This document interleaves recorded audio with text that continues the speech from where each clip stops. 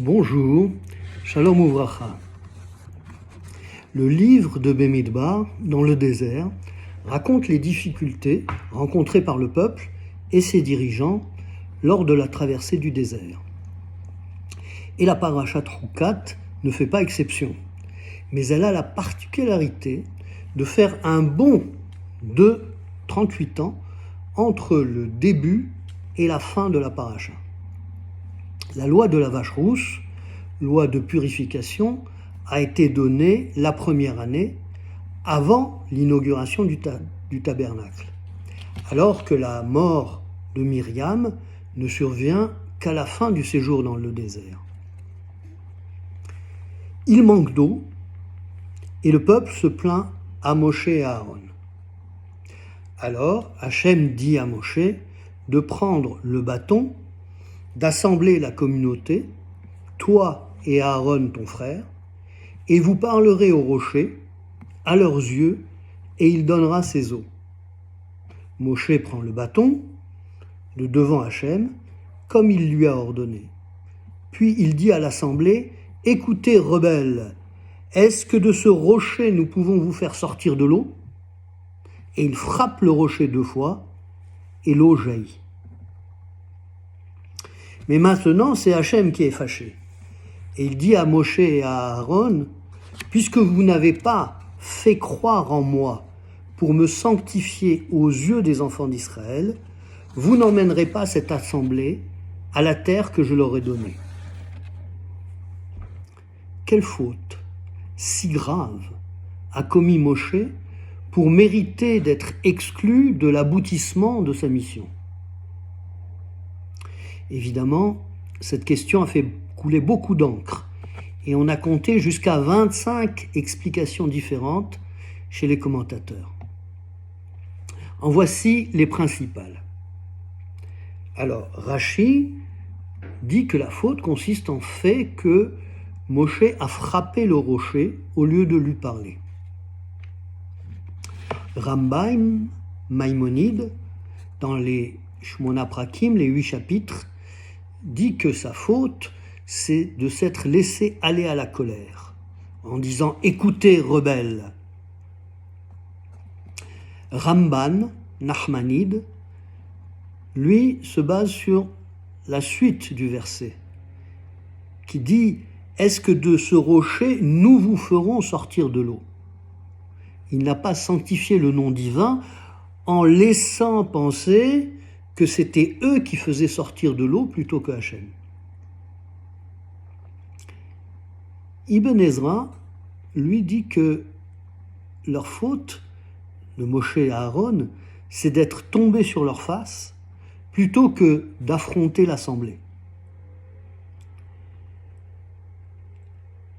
Abravanel a une explication intéressante, originale, où il dit qu'en fait, c'est une punition différée par rapport aux fautes plus importantes du veau d'or pour Aaron et celle des explorateurs pour Moshe. Toutes ces explications sont justes, évidemment. Néanmoins, on a du mal à accepter qu'une telle faute, de mesure somme toute, justifie de priver Moshe du couronnement de toute sa mission. Plusieurs fois, Hachem a pardonné au peuple grâce aux prières de Moshe. Ne pouvait-il pas pardonner à Moshe? Je voudrais vous proposer une autre explication basée sur l'analyse du Keli Yakar, commentaire du 19e siècle. Alors, il faut réaliser que cet épisode de Mémériva, les eaux de la discorde, ressemble étrangement à un épisode analogue qui s'est passé 38 ans auparavant, après l'épisode de la manne, à Massa ou Mériva.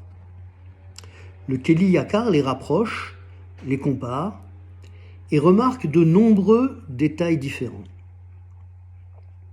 La première fois, l'ordre ne s'adressait qu'à Moshe, alors qu'ici, il s'adresse à Moshe et à Aaron.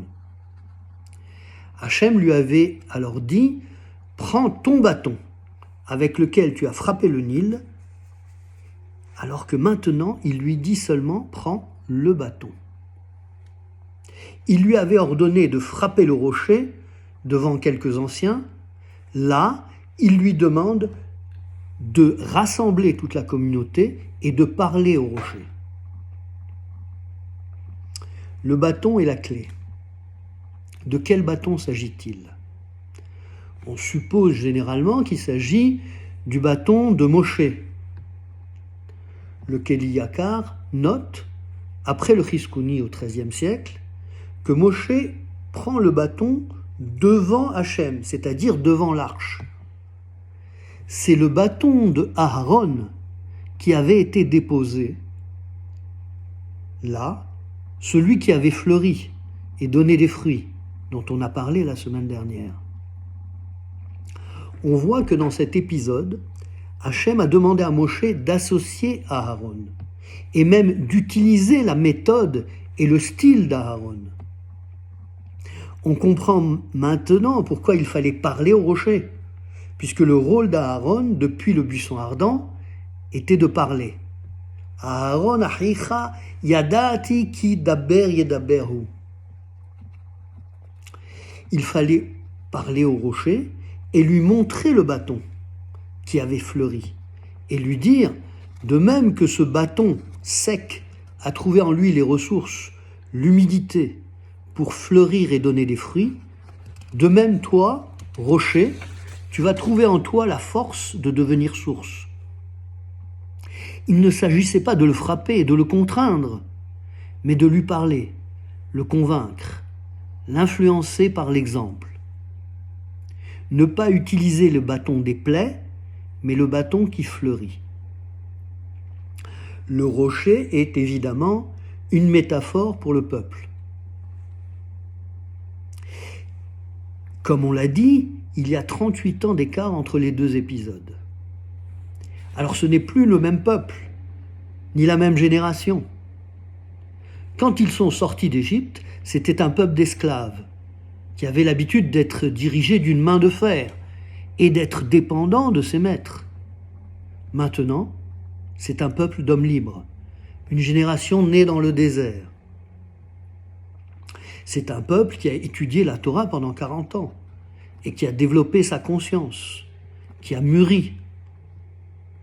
Il est temps qu'il cesse, au moindre problème, de se répandre en récriminations infantiles auprès de ses dirigeants et qu'il cherche les ressources en lui-même, comme le bâton d'Aaron et le rocher. C'est cette leçon essentielle, au seuil de l'entrée sur la terre d'Israël, que Moshe aurait dû donner au peuple. Et il a failli. Il est resté dans le schéma ancien d'un peuple infantile et de dirigeants autoritaires.